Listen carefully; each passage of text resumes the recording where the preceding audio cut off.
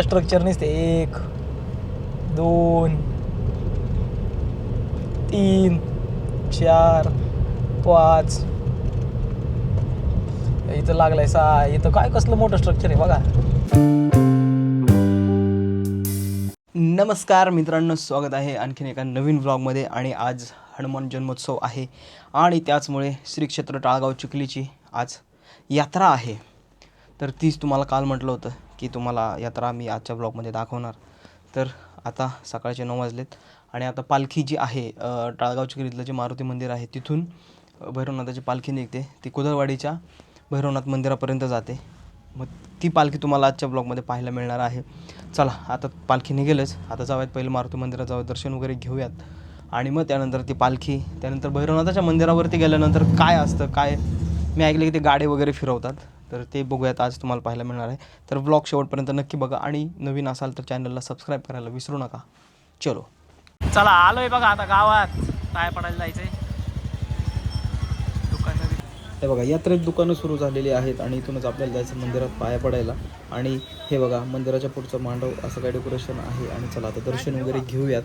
जय श्रीराम, जय हनुमान. आणि पालखी असते, ती पालखी बघायला जायचं. पालखी ही नदीपासून सुरू होते.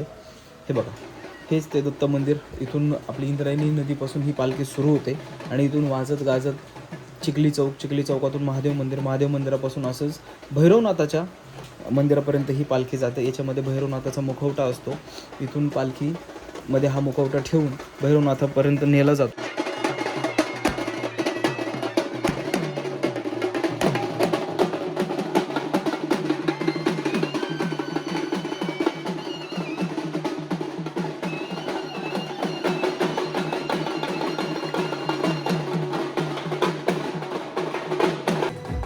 हनुमान म्युझिकल बँड आपल्या चिखली गावचं जुनं आणि पहिलं बँड म्हणलं तरी हरकत नाही, ते घेऊन आता ते पुढे आहे. आणि त्याच्या मागे ही काठी बघा कशी काठी नाचवतात. ती अशी काठी नाचवत छबीना नाचवत आपण ही पालखी आता भैरवनाथ मंदिराकडे जाणार आहे.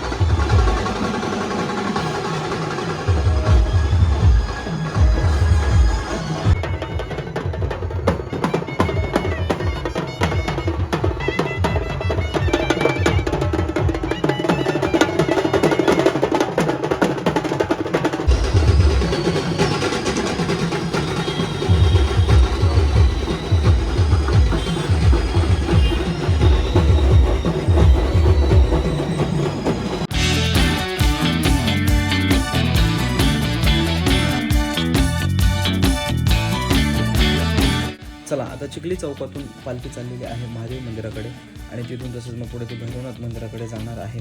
चला आपण काय करूयात, डायरेक्ट आता इथपर्यंत तर तुम्ही पालखी सोहळा पाहिजे, इथून असंच भैरवनाथ मंदिरापर्यंत येईल, तिथे जाऊन थांबूयात. म्हणजे आपल्याला पुढचं जे दृश्य आहे ना ते कॅप्चर करता येईल. चला मग जाऊयात आपण डायरेक्ट भैरवनाथ मंदिराकडे. श्री काशीखंडाचा राजा. चला आलो इथं पहिले ना दर्शन करून घेऊयात, परत गर्दी होईल पालखी आल्यानंतर. आताच बघा ना किती गर्दी आहे आतमध्ये.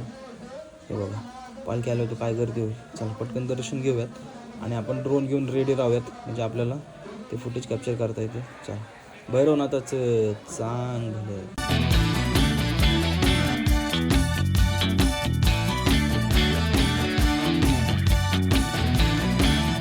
चला फायनली गाईज पालखी आलेली आहे मंदिरासमोर. आणि हे बघू शकता तुम्ही, हे बघा ही काठी आणि मागे त्याच्या पालखी आहे. आता ही असे चढत वरती मंदिरापर्यंत नेणार, मंदिराला प्रदक्षिणा घालणार आणि मग पालखी मंदिराच्या आत नेणार आणि मग तिथून पुढं महिलांना दर्शन गाभाऱ्यात चालू होतं.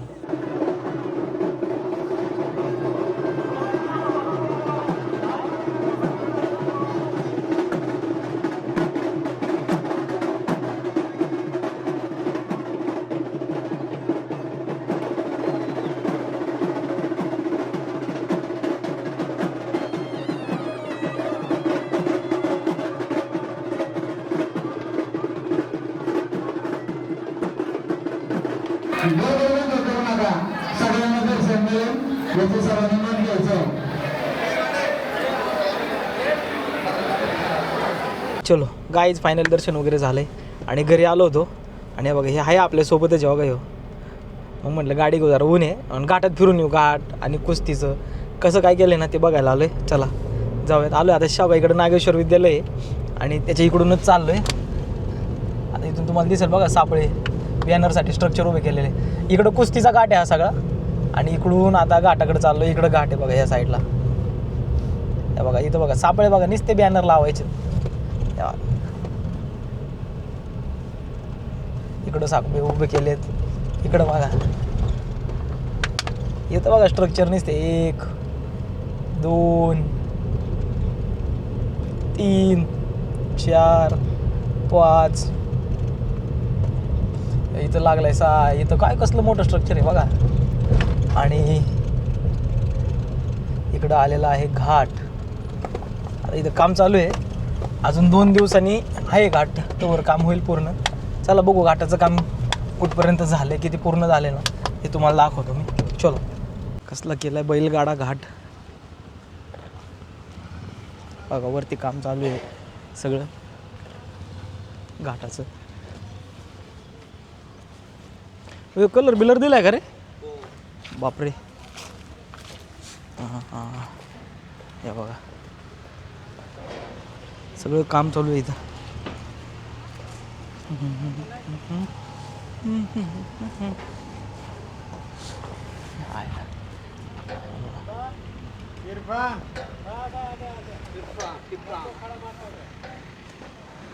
आयला बसायला बिसायला लागाय चांगली टाकाटका. झाला काय गाठात? अरे मी लय दिवसापूर्वी आलतो तेव्हा खालीच बसत होते. हे नव्हतं तेव्हा आलतो बघ. मग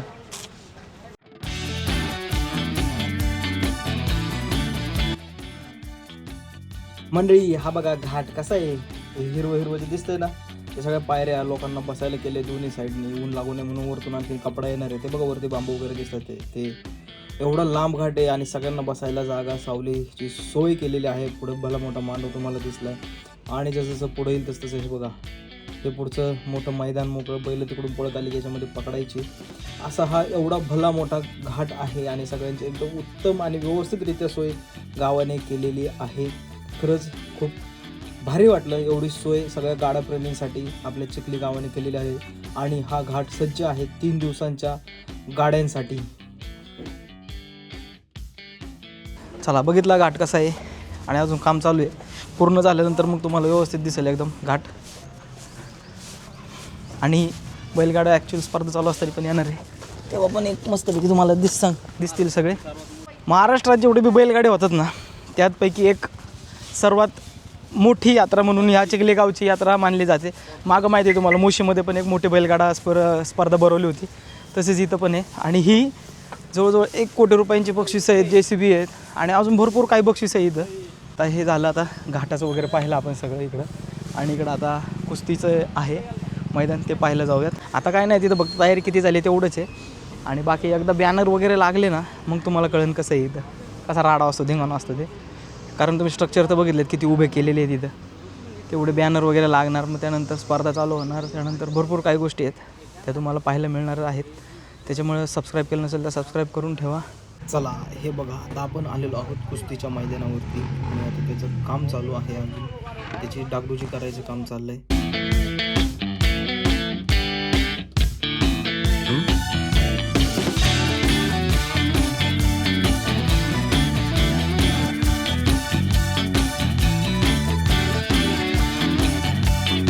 हे बघा मंडळी इथं कुस्तीचं मैदान आहे. मधला रस्ता हे वनीकरण आणि पुढं जे हिरवे पट्टी दिसते ना लांबल्याचा तो आहे आपला चिखलीचा घाट.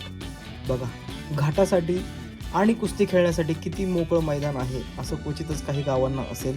कारण काहींचे घाट पाहिले तर गावाच्या मध्यवर्ती ठिकाणी आहेत. तर असं आपल्या चिखलीला नाही आहे. एका साईडला मस्तपैकी वनीकरण आहे आणि त्याच्यामध्ये हा घाट कुस्तीचं मैदान आणि ही बाजूला दिसते की बघा संतपीठ शाळा आहे. असं हे आपल्या टाळगाव चिखलीचा घाट आहे. तर मंडळी तुम्ही कुस्तीचं मैदान पाहिलं, बैलगाडा घाट पाहिला, सकाळी झालेली मिरवणूक पाहिली.